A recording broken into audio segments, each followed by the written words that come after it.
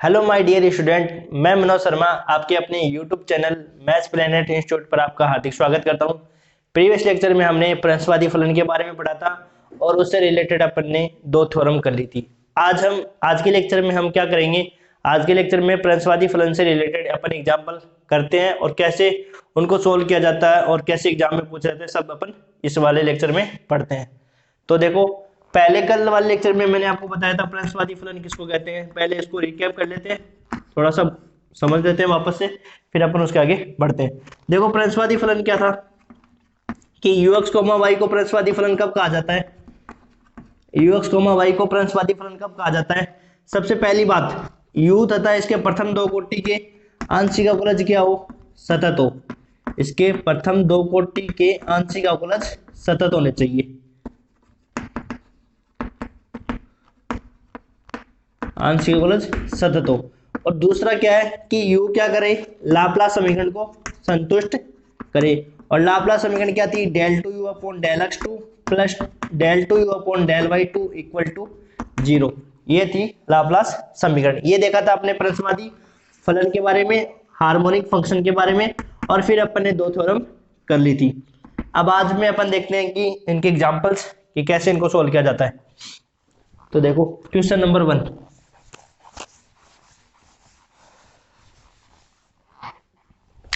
देखो, किताब लेते हैं।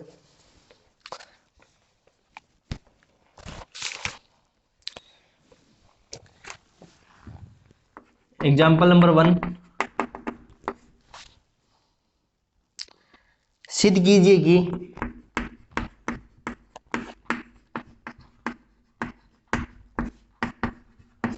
कि फलन u बराबर cos x cos hyperbolic y, cos x cos hyperbolic y प्रश्नवादी फलन है। प्रश्नवादी फलन है तथा इसका प्रश्नवादी संयुग्म ज्ञात करो।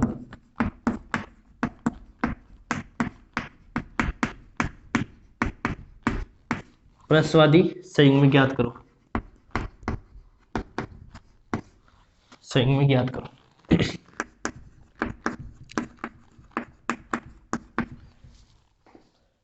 show that the function u बराबर cos x cos hyperbolic y is harmonic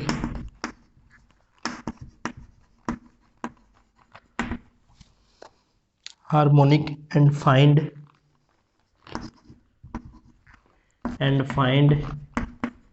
its harmonic conjugate। Harmonic conjugate.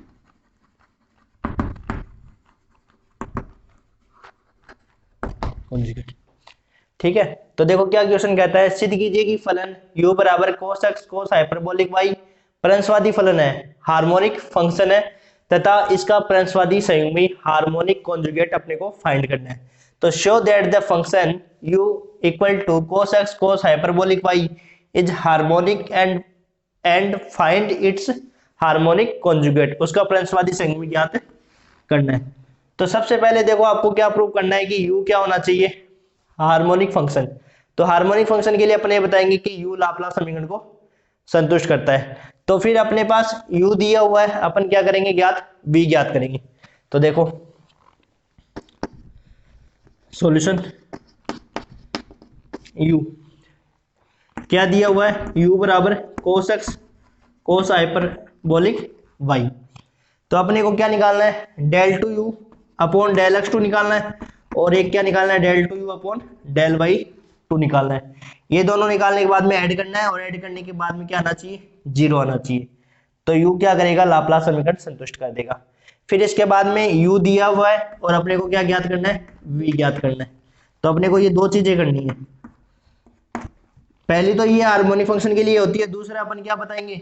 आंशिक अवकलज, जिसको सतत बताने कि प्रथम दो कोटि के जो आंशिक अवकलन है वो क्या होने चाहिए? सतत होने चाहिए। तो वो अपन वहां से थ्योरी से बता देंगे। तो वो देखो कैसे बताएंगे। पहले अपन ज्ञात करते हैं del u upon del x two. Del x, del u upon del x, x के सापेक्ष आंशिक अवकलन करना है। तो बताओ क्या होगा, कोस एक्स का क्या हो जाएगा, minus sine x cos hyperbolic y. दोबारा अवकलन करेंगे del two u upon del x two, तो कितना आएगा, minus cos x cos hyperbolic y. ठीक है, फिर इसके बाद में क्या करेंगे, del u upon del y, y के सापेक्ष, तो cos x sine hyperbolic y, और del two u upon del y two, तो कितना हो जाएगा, cos x cos hyperbolic y. तो देखो क्या करेंगे, del u upon del x कितना हो जाएगा, minus sine x cos hyperbolic y, और दोबारा अवकलन करेंगे तो साइन एक्स का क्या हो जाएगा, cos x minus cos x cos hyperbolic y, और इसी प्रकार वाई का करेंगे तो cos x sine hyperbolic y, और यहाँ पे cos x cos hyperbolic y. अब अपने को क्या करना है, इन दोनों को ऐड करना है। अब del two u upon del x two plus del two u upon del y two equal to, तो minus cos x cos hyperbolic y plus cos x cos hyperbolic y equal to क्या आ गया, zero आ गया, equal to क्या आ गया, zero. ठीक है, अब यहां से देखो equal to zero, equal to zero, equal to zero, del two u upon del x two plus del two u upon del y equal to zero आ गया। ये हो गया आपका यू लाप्लास समीकरण संतुष्ट करता है। तो यहां लिख देंगे इंप्लाइज दैट यू लाप्लास समीकरण संतुष्ट करता है, यू लाप्लास समीकरण संतुष्ट करता है, यू क्या करता है, लाप्लास समीकरण संतुष्ट करता है। अब दूसरी बात क्या बताना है कि यू के प्रथम दो कोटि के आंशिक अवकलज क्या होने चाहिए, सतत होने चाहिए। तो अब देखो, एक तो del two u upon del x two को देखो और एक del two u upon del y two को देखो। तो del two u upon del x two है वो क्या है, एक तो त्रिकोणमिति फलन है और एक क्या है, हाइपरबोलिक, जिसको हिंदी में क्या कहते हैं, अतिपरवलय। त्रिकोणमिति फलन और अतिपरवलय फलन का क्या है, गुणा है। इसमें भी क्या है, त्रिकोणमिति फलन और अतिपरवलय फलन का क्या है, गुणा है, जो कि सर्वत्र सतत होते हैं। तो इसके दोनों जो प्रथम कोटि के आंशिक अवकलज है वो भी क्या है, सतत है, और यू लाप्लास समीकरण संतुष्ट कर रहा है। इसका मतलब ये हुआ कि जो दिया हुआ फंक्शन यू है वो आपका क्या हो जाएगा, प्रंशवादी फलन हो जाएगा। ठीक है, अब लिखते हैं इसको, देखो आगे, चूंकि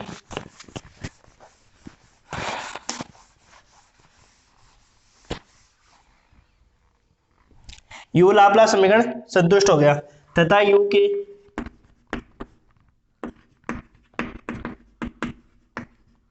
प्रथम दो कोटि के आंशिक अवकलज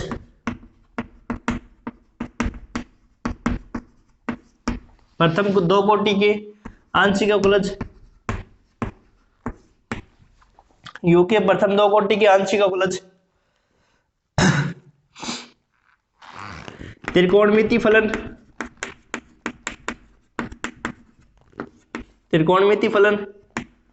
वह अतिपरवलय फलन का गुणा है, अतिपरवलय हाइपरबोलिक फंक्शन अतिपरवलय फलन का गुणा है, जो कि सर्वत्र सतत होते हैं,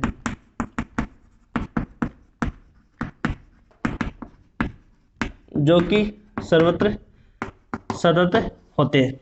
तो यहां से यू लाप्लास समीकरण संतुष्ट करता है और यू के प्रथम दो कोटि के आंशिक अवकलज त्रिकोणमिति और अतिपरवलय फलन का क्या है, गुणा है, जो कि सर्वत्र सतत होते हैं।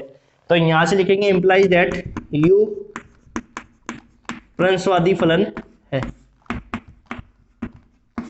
यू क्या है, हार्मोनिक फंक्शन है। ये तो हुआ अपना पहला पार्ट। अब दूसरा पार्ट क्या करना है, यू एक्स कोमा वाई दिया हुआ है और अपने को क्या फाइंड करना है, वी एक्स कोमा वाई है, ज्ञात करना है। अब देखो मैंने आपको थ्योरम में प्रूफ तो दूसरे तरीके से बताया और यहाँ पे एग्जांपल में आपको मैं इतने इजी वे से बताऊंगा जो आपके 1 मिनट में या आपके एक बार में ही समझ में आ जाएगा। ठीक है, तो अब सेकेंड पार्ट करते हैं।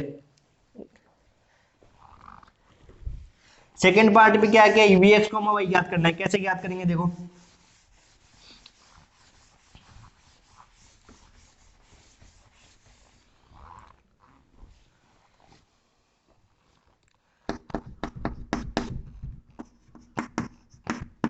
माना प्रंसवादी फलन u का संयुग्मी v है। अपन ने क्या मान लिया कि u का कॉन्जुगेट क्या है, v है। ठीक है, अब देखो सबसे पहले अपने पास क्या था, u बराबर कोस x कोस हाइपरबोलिक y। तो देखो ध्यान से देखना, समझ में आ जाएगा। Del u upon del x निकालो पहले तो क्या निकालना है आपको, del u upon del x. तो एक्स के सापेक्ष अवकलन क्या होगा, कोस का माइनस साइन और cos hyperbolic y, minus sine x into cos hyperbolic y. तो सबसे पहला काम क्या करना है कि आपको del u upon del x को लेकर चलना होता है। किसको लेकर चलना होता है, del u upon del x को। ठीक है, तो पहला स्टेप यही होता है कि आप सबसे पहले जो del u upon del x निकालते हो उसको लेकर चलना होता है। तो del u upon del x कितना है अपने पास बताओ, minus sine x cos hyperbolic y, minus sine x cos hyperbolic y. ठीक है, फिर देखो कौशी रीमान समीकरण का प्रयोग करना है। कौशी रीमान समीकरण क्या थी अपने पास, कौशी रीमान समीकरण क्या थी, del u upon del x equal to del v upon del y and del u upon del y equal to minus में del v upon del x. ये थी अपनी क्या, कौशी रीमान समीकरण। तो del u upon del x किसके बराबर होता है, del v upon del y. तो यहां से क्या हो जाएगा, del v upon del y equal to minus sine x cos hyperbolic y. ठीक है, तो देखो फर्स्ट स्टेप तो क्या है कि सबसे पहले आपको del u upon del x को लेकर चलना होता है। Del u upon del x का जो भी मान होता है उसको लेकर चलना होता है। Del u upon del x किसके बराबर था, minus sine x cos hyperbolic y. फिर आपको क्या करना है, कौशी रीमान समीकरण का प्रयोग करना है। तो कौशी रीमान समीकरण क्या होती है, del u upon del x equal to del v upon del y के। तो यहाँ लिख दिया del u upon del x के स्थान पर del v upon del y और वो का वो मान हो गया। ठीक है, अब देखो अगला स्टेप क्या होता है कि x को अचर मानना है। x को अचर मानकर y के सापेक्ष समाकलन करने पर x को अचर मानकर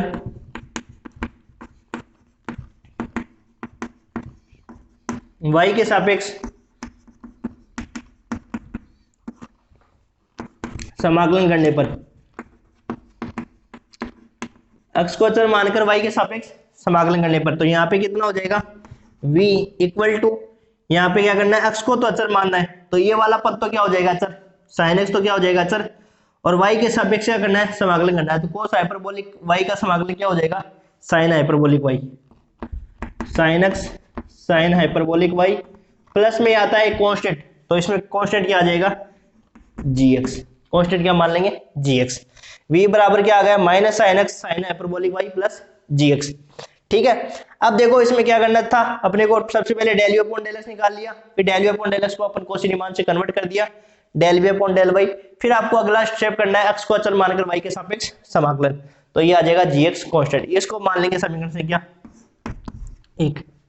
ठीक है, अब देखो क्या करना है, अब x के सापेक्ष क्या कर दो, इसका अवकलन कर दो, आंशिक अवकलन। तो देखो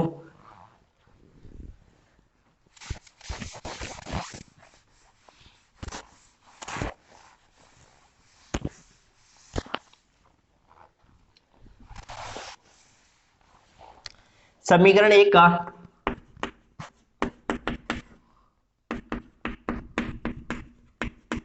x के सापेक्ष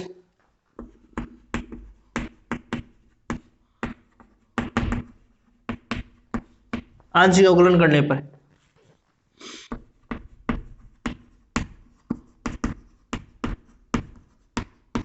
पर करो इसका आंशिक अवकलन, तो del v upon del x किसके बराबर हो जाएगा, माइनस साइन हाइपरबोलिक तो कांस्टेंट हो जाएगा, साइन एक्स का क्या हो जाएगा, cos x sine hyperbolic y plus इसका अवकलन क्या हो जाएगा, जी डैश एक्स। ठीक है, अब देखो del v upon del x का मान क्या अपने पास बताओ, तो वो तो अपने को देखना पड़ेगा सब कुछ कि भाई पीछे लास्ट में अपने del v upon del x इसका मान निकाला था। तो u बराबर तो क्या था, cos x cos hyperbolic y, यही था ना भाई, यही तो था cos x cos hyperbolic y.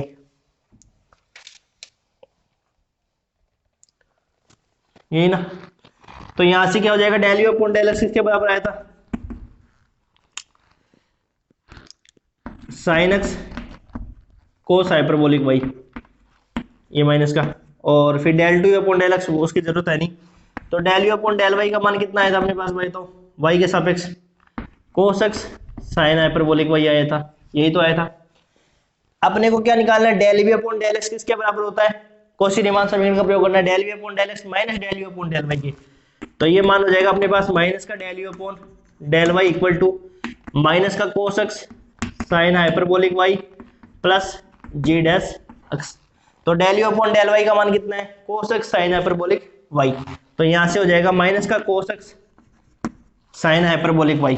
ठीक है, वापस कौशी रीमान समीकरण में अपन को चेंज करना है, cos x sine hyperbolic Y.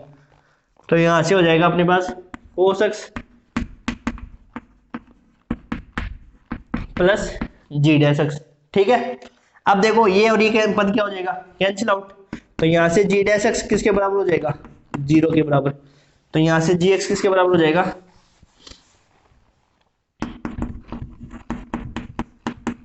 सी के। तब समीकरण 1 से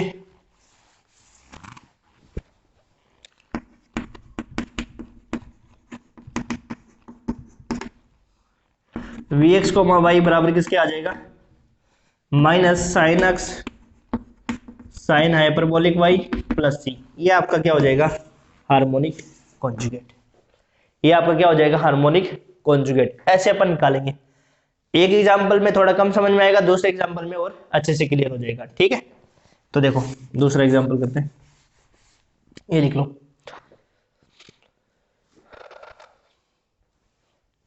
ठीक है, तो देखो दूसरा,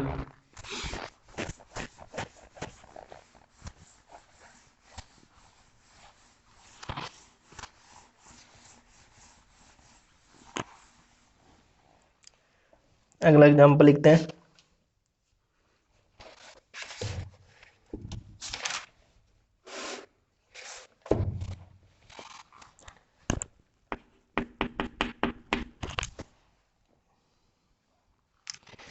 अच्छा एग्जांपल है, इंपॉर्टेंट एग्जांपल भी है। सिद्ध कीजिए कि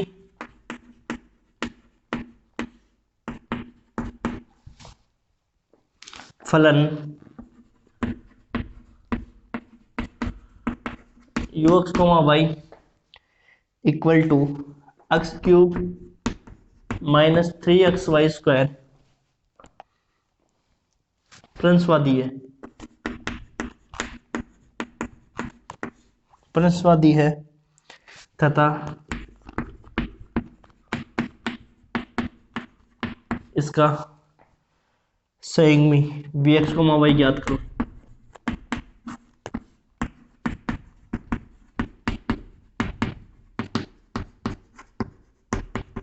याद कीजिए ताकि एफ जेड बराबर u x comma y plus iota v x comma y एक विश्लेषिक फलन हो, एक विश्लेषिक फलन हो।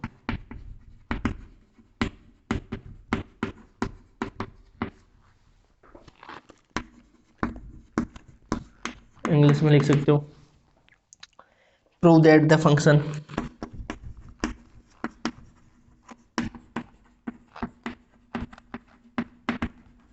prove that the function ux comma y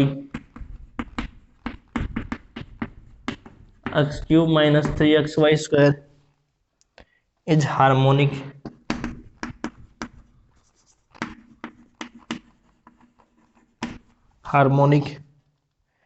and obtain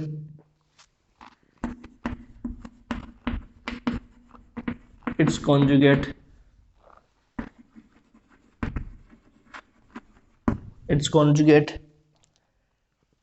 vx comma y such that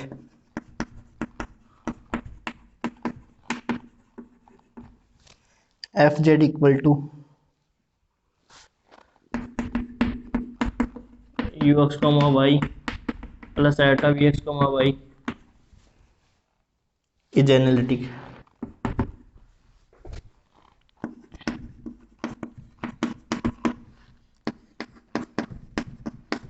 देखो सिद्ध कीजिए कि फलन यू एक्स कॉमा वाई बराबर है x cube minus 3xy square प्रंसवादी फलन है तथा इसका संयुग्मी इसका conjugate v x comma y ज्ञात करो ताकि एफ जेड बराबर u x comma y plus iota v x comma y एक विश्लेषिक फलन हो।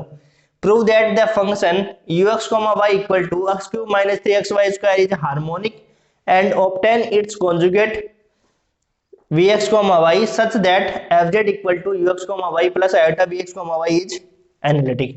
आपको क्या करना है, वही निकालना है कि ux comma y आपको दिया हुआ है, पहले आप vx comma y ज्ञात करो और फिर आप ये भी बताओ कि ये आपका जो u दे रखा है वो आपका प्रंसवादी फलन है और vx comma y आपको ज्ञात करना है। दो चीजें अपने को ज्ञात करनी है, इंपॉर्टेंट सवाल है, एग्जाम में आया हुआ क्वेश्चन है। ठीक है, तो वही बात करेंगे सबसे पहले अपन कि ux comma y दिया हुआ है,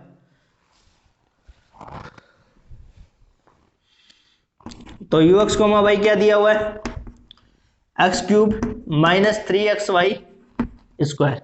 तो सबसे पहले लाप्लास समीकरण को संतुष्ट कराएंगे और फिर अपन ये बताएंगे कि ये जो फंक्शन है वो आपका लाप्लास समीकरण संतुष्ट कर रहा है और इसके प्रथम दो कोटि के आंशिक अवकलज क्या करेंगे सतत है और यहां से u क्या हो जाएगा हार्मोनिक फंक्शन। ठीक है, तो del u upon del x निकालो,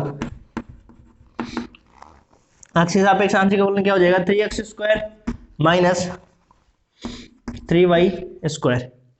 तो del two u upon del x two कितना हो जाएगा 6x और यहां से हो जाएगा del u upon del y equal to y के सापेक्ष क्या हो जाएगा, इसका 0 हो जाएगा, इसका क्या हो जाएगा 6xy और del two u upon del y two कितना हो जाएगा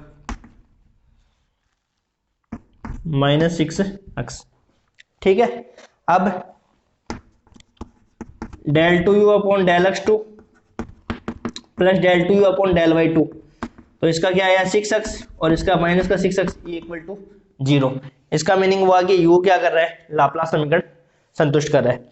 अब जो del two u upon del x two है ये क्या आपके पॉलिनोमियल फंक्शन है और बहुपद फलन है और बहुपद फलन क्या होते हैं सर्वत्र सतत होते हैं, तो यहां से u क्या कर जाएगा प्रंसवादी फलन हो जाएगा।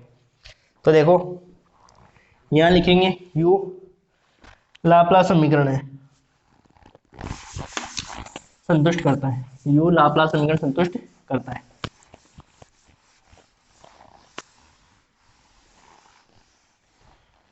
implies that u लाप्लास समीकरण संतुष्ट करता है।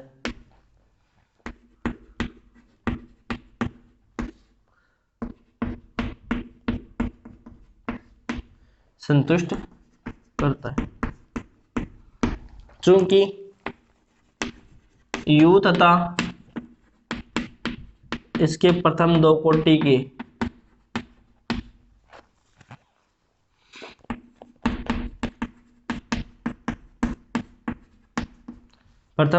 के आंशिक अवकलज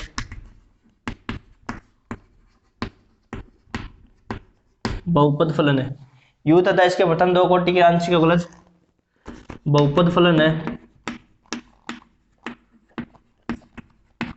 जो कि सर्वत्र सतत है।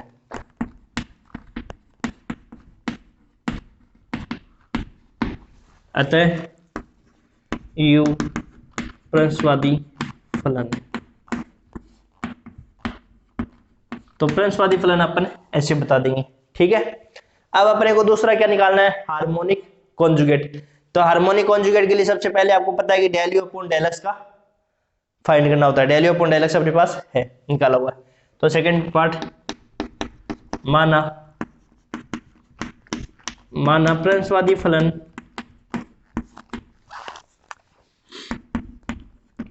ux कोमा y का संयुग्मी v है। कॉन्जुगेट क्या मान लिया अपन ने v है। ठीक है, अब देखो ux कोमा y दिया हुआ v अपन ने मान लिया, तो अपने को सबसे पहले क्या करना है del u upon del x को लेकर चलना होता है। Del u upon del x क्या है इसके किसके बराबर है 3x square minus 3y square. ठीक है, फिर अपन क्या करेंगे, कॉची रीमान समीकरण का प्रयोग करेंगे। देखो सबसे पहला जो स्टेप है वो आपका है del u upon del x को लेकर चलना। फिर अपने को क्या करना है, कॉची रीमान समीकरण का प्रयोग करना है। फिर अपन क्या करेंगे, अगला स्टेप एक्स को अचर मानकर वाई के सापेक्ष समाकलन करेंगे।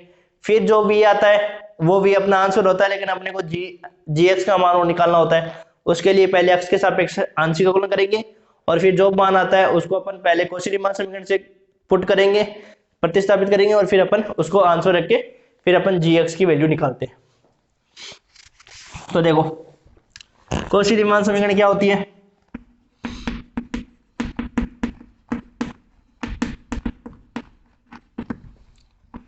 Del u upon del x equal to del v upon del y, del u upon del y equal to minus में del v upon del x.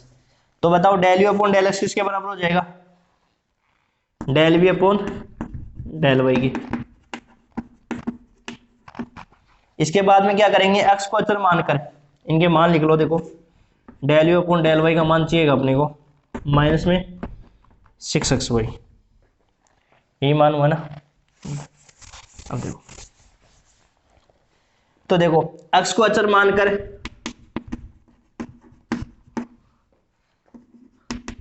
y के सापेक्ष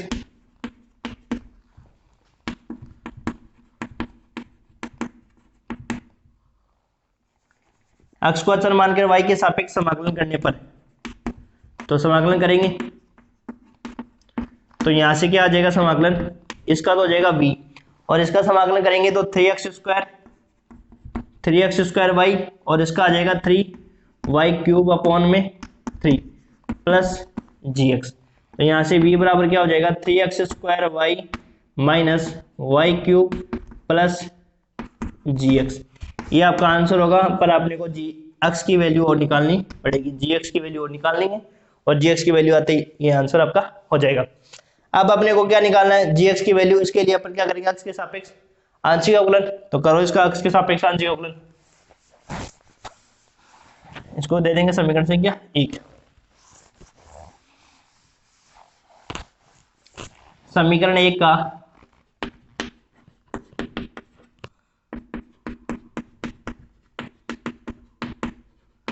x के सापेक्ष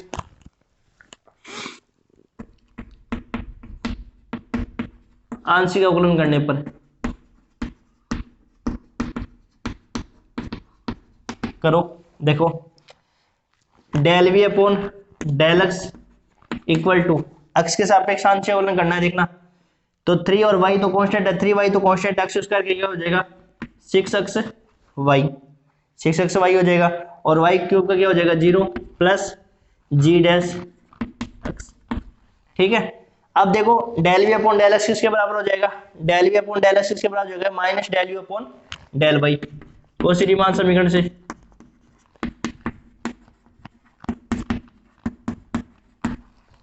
कॉची रीमान समीकरण से यहीं लिख देंगे। देखो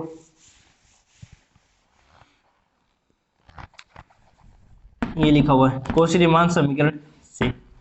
ठीक है, ये कॉची रीमान समीकरण हो जाएगी। अब देखो माइनस में del u upon del y की वैल्यू क्या अपने पास, माइनस का del u upon del y की वैल्यू माइनस 6xy और ये हो जाएगा आपके पास 6xy equal to 6xy plus g dash x. तो यहाँ से जी डैश एक्स की वैल्यू क्या हो जाएगी, ये कैंसिल आउट हो जाएगा, जी डैश एक्स की वैल्यू 0 के बराबर, तो जी एक्स की वैल्यू c के बराबर। फिर तब समीकरण 1 से जी एक्स की वैल्यू हो जाएगी। तब समीकरण v x y equal to 3x square y minus y cube plus c, ये आपका हो जाएगा answer. 3x square y minus y cube, ऐसे अपन निकालेंगे इसका। एक बार आंसर चेक कर लेते हैं। देखो क्या है, माइनस वाई क्यूब, सही है, यही आंसर है। ठीक है, अब देखो इस प्रकार से अपन इन क्वेश्चनों को सोल्व करेंगे। अब एक थ्योरम कर लेते हैं और फिर हम अगले लेक्चर में करेंगे। एक थ्योरम और पढ़ लेते हैं। देखो क्या थ्योरम है, बहुत इंपॉर्टेंट थ्योरम है, तो ये लिख लो। स्क्रीनशॉट भी ले सकते हो आप, स्क्रीनशॉट लेके फिर आप अपने नोट्स बना सकते हो। और फोन को टेढ़ा करके देखोगे ना तो कोई भी आपको एरर नहीं दिखाई, अच्छा दिखाई देगा और साफ एंड स्पष्ट सारे आपको अक्षर बड़े दिखाई देंगे, छोटे नहीं दिखाई देंगे। तो देखो पर में करते हैं एक।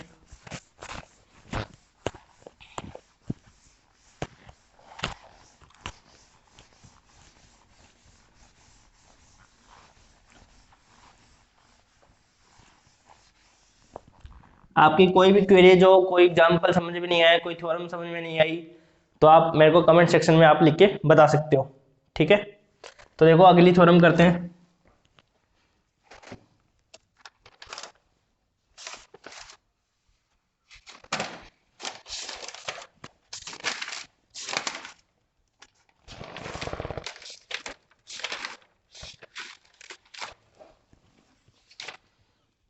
लिखो थ्योरम,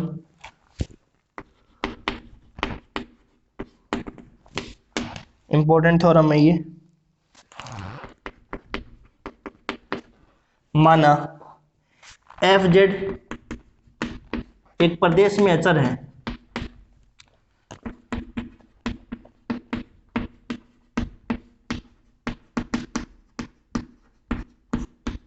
एक प्रदेश में अचर है जहां एफ जेड विश्लेषिक फलन है, जहां एफ जेड विश्लेषिक फलन है, विश्लेषिक फलन है, तो एफ जेड अचर है, तो एफ जेड अचर है। इंग्लिश में लिख सकते हो आप, let f z b constant in region D, एक कांस्टेंट इन रीजन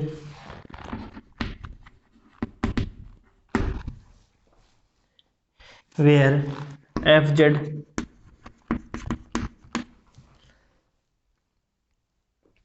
analytic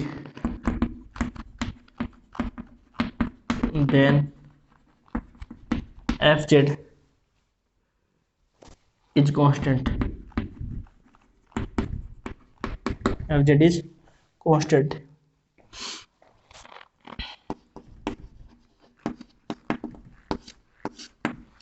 देखो कैसे अपने को इस थ्योरम को प्रूव करना है, पहले समझो। माना एफ जेड एक प्रदेश में अचर है, प्रदेश का मतलब होता है रीजन, डोमेन डी में क्या है, कांस्टेंट है। जहां एफ जेड क्या है, एनालिटिक फंक्शन है, तो आपको ये सिद्ध करना है कि एफ जेड क्या होगा, कांस्टेंट होगा, अचर होगा।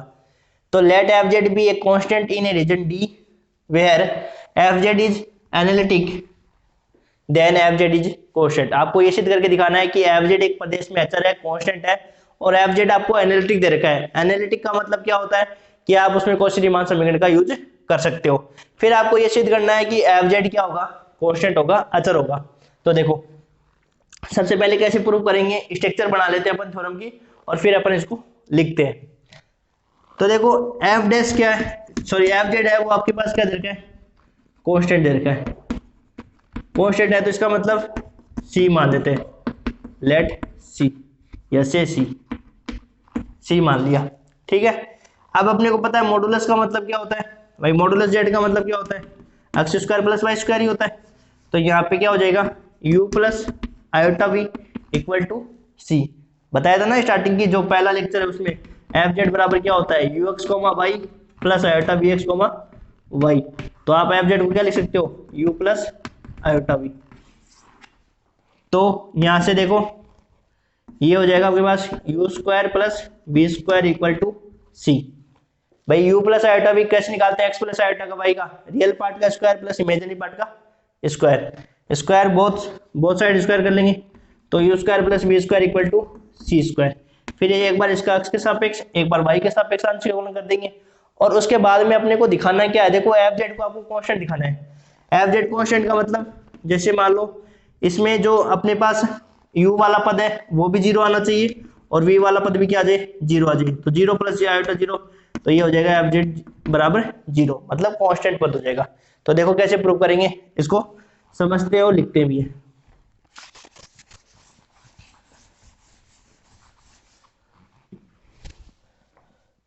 चूंकि एफ जेड क्या है, अचर है, एफ जेड क्या दे रखा है, अचर दे रखा है, और एफ जेड को क्या लिख सकते हैं, u plus iota v equal to c. ठीक है, अचर मान लिया अपने c, और ये क्या होता है, एफ जेड बराबर u प्लस आयोटा वी। इसका मीनिंग क्या हुआ, u square plus real part का स्क्वायर प्लस इमेजिनरी पार्ट का स्क्वायर इक्वल टू c। दोनों तरफ वर्क करने पर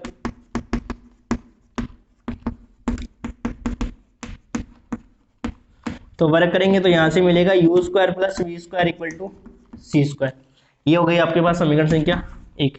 अब समीकरण 1 का अक्ष के सापेक्ष आंशिक अवकलन करने पर, तो समीकरण 1 का अक्ष के सापेक्ष आंशिक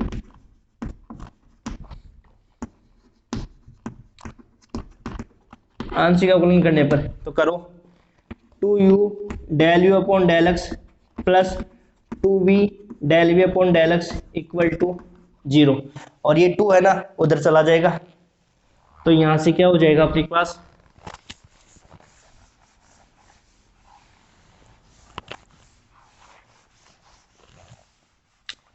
यहां से अपने को मिलेगा u del u upon del x plus v del v upon del x equal to 0। इसको दे देंगे समीकरण संख्या 2। इसी प्रकार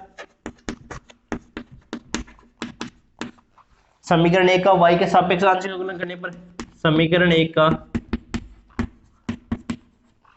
y के सापेक्ष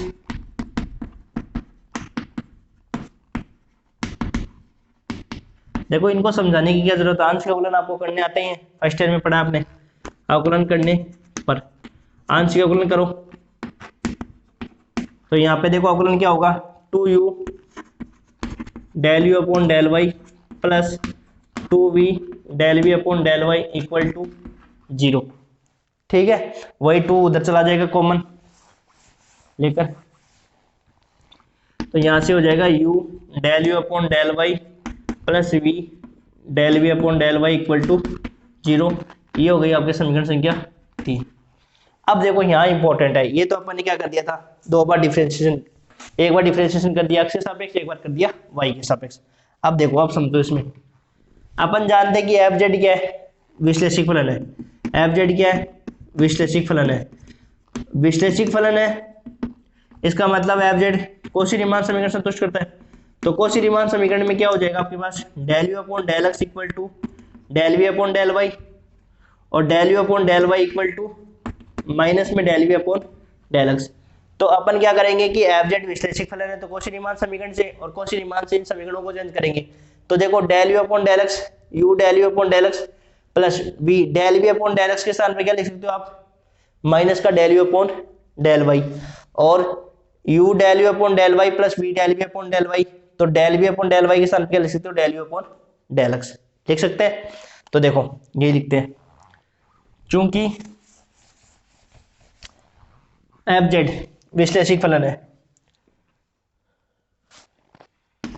चूंकि एफ जेड विश्लेषिक फलन है,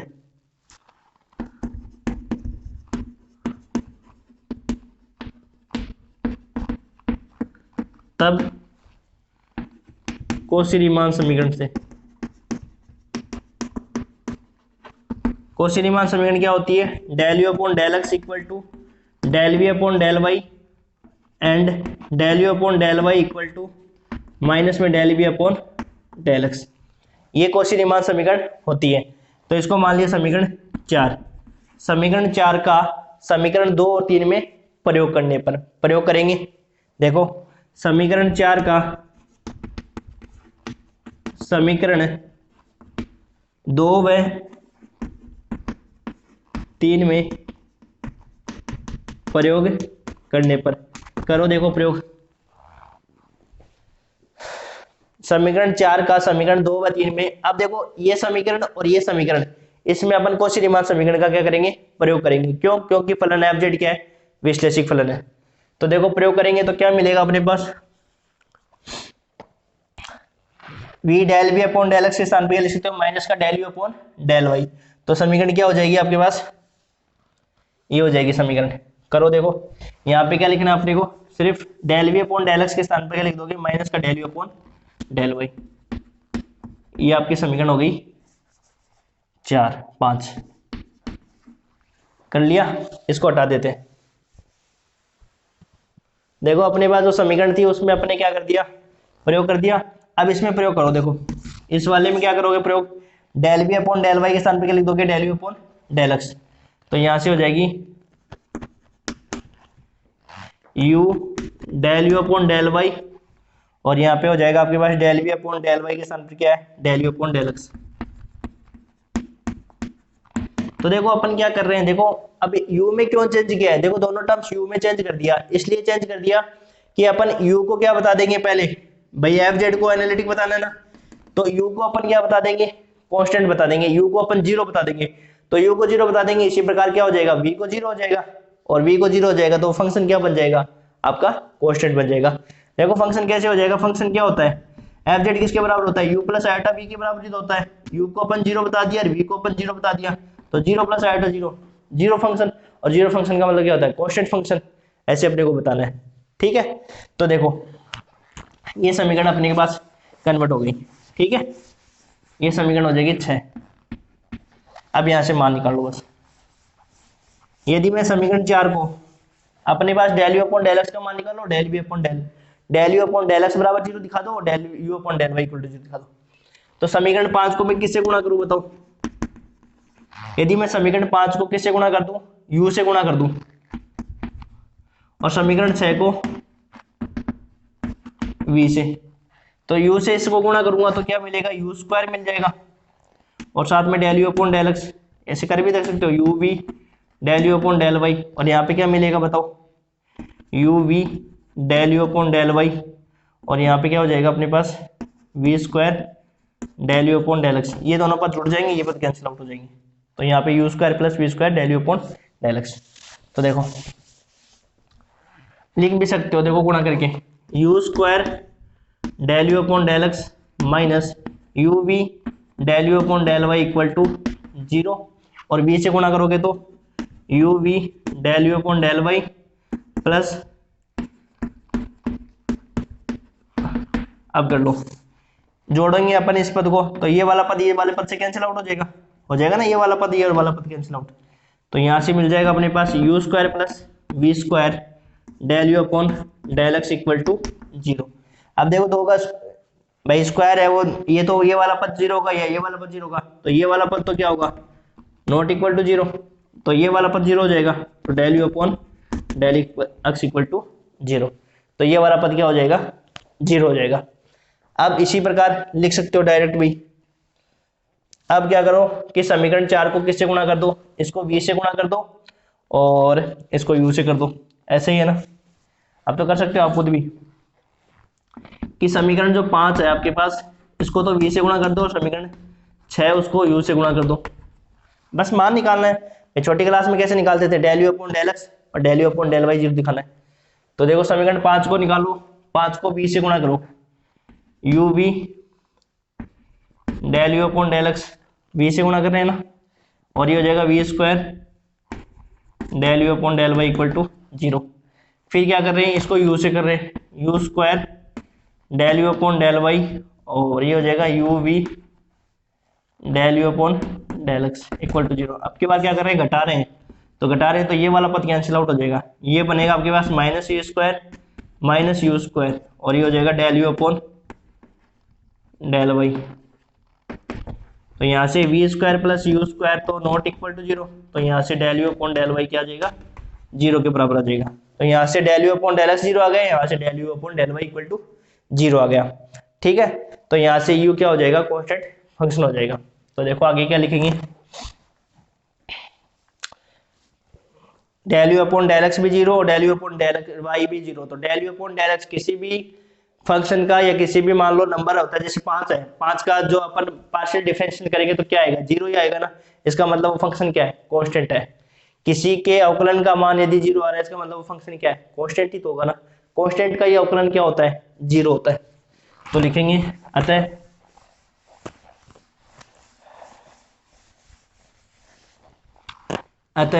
del u upon del x equal to 0 आ गया, एक्स के सापेक्ष भी अवकलन 0 आ गया और वाई के सापेक्ष भी अवकलन 0 आ गया। इसका मतलब यू क्या है, अचर है, यू क्या है, अचर है। ठीक है, अब देखो इसी प्रकार v का लिख देंगे, ठीक है, इसका डायरेक्टली इसी प्रकार del v upon del x equal to 0 और del v upon del y equal to 0। तो यहां से क्या हो जाएगा, v अचर है, u और v दोनों अचर है, तब एफ जेड अचर फलन है। तो अब देखते हैं आगे एग्जांपल, एफ जेड अचर फलन है, ये हो सकता है अर्थात एफ जेड इक्वल टू अचर। तो अपन ऐसे इस थ्योरम को प्रूव करेंगे, ठीक है ना। बहुत इंपॉर्टेंट थ्योरम है और बहुत इजी थ्योरम है, बस कुछ ही नहीं करना आपको। क्या करना है कि सबसे पहले जो दिया हुआ है उसके अकॉर्डिंग एक इक्वेशन बन जाएगी और फिर उसमें कॉची-रीमान समीकरण का प्रयोग करके आप उसको सोल्व कर सकते हो। तो आपको यदि देखो क्लासेज अच्छे लग रही है तो आप लाइक शेयर और चैनल को सब्सक्राइब करें, जिससे ज्यादा से ज्यादा आपको वीडियो मिले। और इस यहाँ पे इस चैनल पे आपको बीएससी का कंप्लीट कोर्स करवाया जाएगा। मेरी कोशिश ये है कि भी अब की बार जो बच्चे बीएससी फाइनल का एग्जाम देंगे मार्च अप्रैल मई में जब भी एग्जामिनेशन होगा, तब भी उनके लिए सारे वीडियो तैयार करना, सारे वीडियो आपके सारे लेक्चर तैयार हो जाएंगे। कॉम्प्लेक्स एनालिसिस और किसी बच्चे की कोई क्वेरीज है कि इस बुक को स्टार्ट करें तो आप कमेंट सेक्शन में पहले मुझे बताएं और फिर मैं आपको वहाँ पे अपने वीडियो लेक्चर प्रोवाइड करने की कोशिश करूँगा। Thank you.